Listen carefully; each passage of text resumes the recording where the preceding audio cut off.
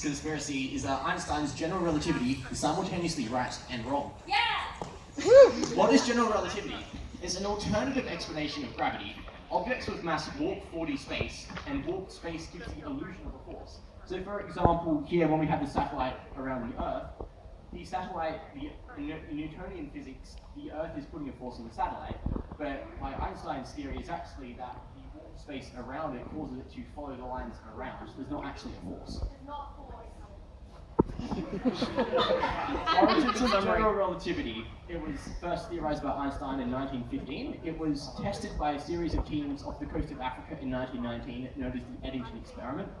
2 of 3 experiments supported the hypothesis, and Einstein just assumed that the third one had some sort of error and didn't bother to look into it and went on to publish his paper. However, the scientific community was very wary and said this is not what you meant to do, and hence he was disqualified for like any chance to win the Nobel Peace Prize. He was disqualified! Poor Einstein. This theory predicted a lot of things. For example, the curvature of light in space. It predicted that the universe was expanding, and it predicted the concept of black holes, which we can all confirm to be true to this day. So people kind of forgot the fact that he didn't investigate the third experiment and just accepted it as true.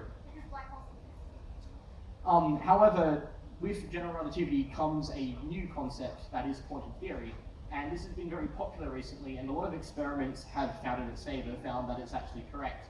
And these two things are incompatible, so every time we have an experiment that kind of confirms quantum theory, it also brings to the question, is general relativity correct? So in 2015, an experiment similar to the Eddington experiment was conducted. It found similar results to the set that Einstein dismissed as an error. So we have 2 experiments in favor, and 2 that reject, and the results are very similar. But what I find more interesting is that every single time someone did the experiment, they found what they wanted.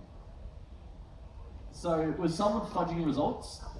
I don't think so, because we do have well-documented evidence, and we do have like all the equipment and stuff. It's unlikely that someone would fabricate a study once, let alone twice, so I'm not going to hedge on that. What I'm going to hedge on though is the fact that when you compare all the measurements for all 4 experiments put together, you get some sort of probability distribution similar to this. Now, does this shape remind anyone of anything? Because to a chemist, this would remind you of an emission spectrum. I was going to say that. Yeah. So our results look like an emission spectrum. We've only tested in a small range, so we only have 2 peaks. So for example, when we have the near emission spectrum on the right, you see at the very end that there's only 2, so it'll be something like that. So does this mean that there are particles in space? Yes.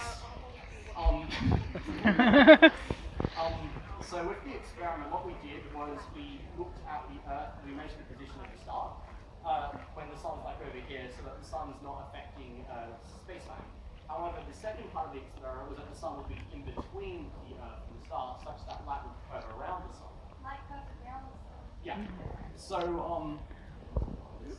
basically we find that there's a difference, because light's curving around, there's a difference between where the star looks and what it is.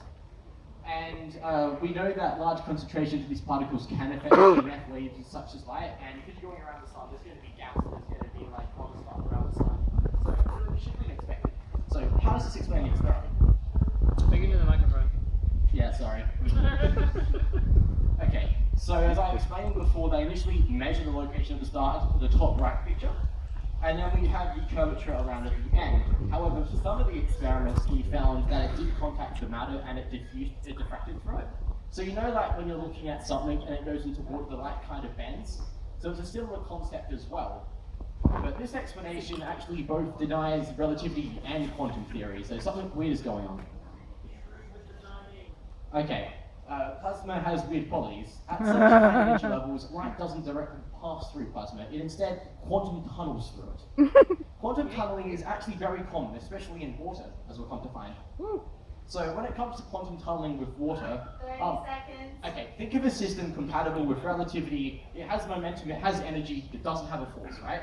Water contacts another particle and passes through it as per the diagram at the bottom. In fact, it's actually estimated that more than 99.3% of water quantum tunnel to its destination, opposed to getting there, and it means that you'd think it would go there. So in conclusion, Mum, I didn't wet the bed. Get wrecked, Mom!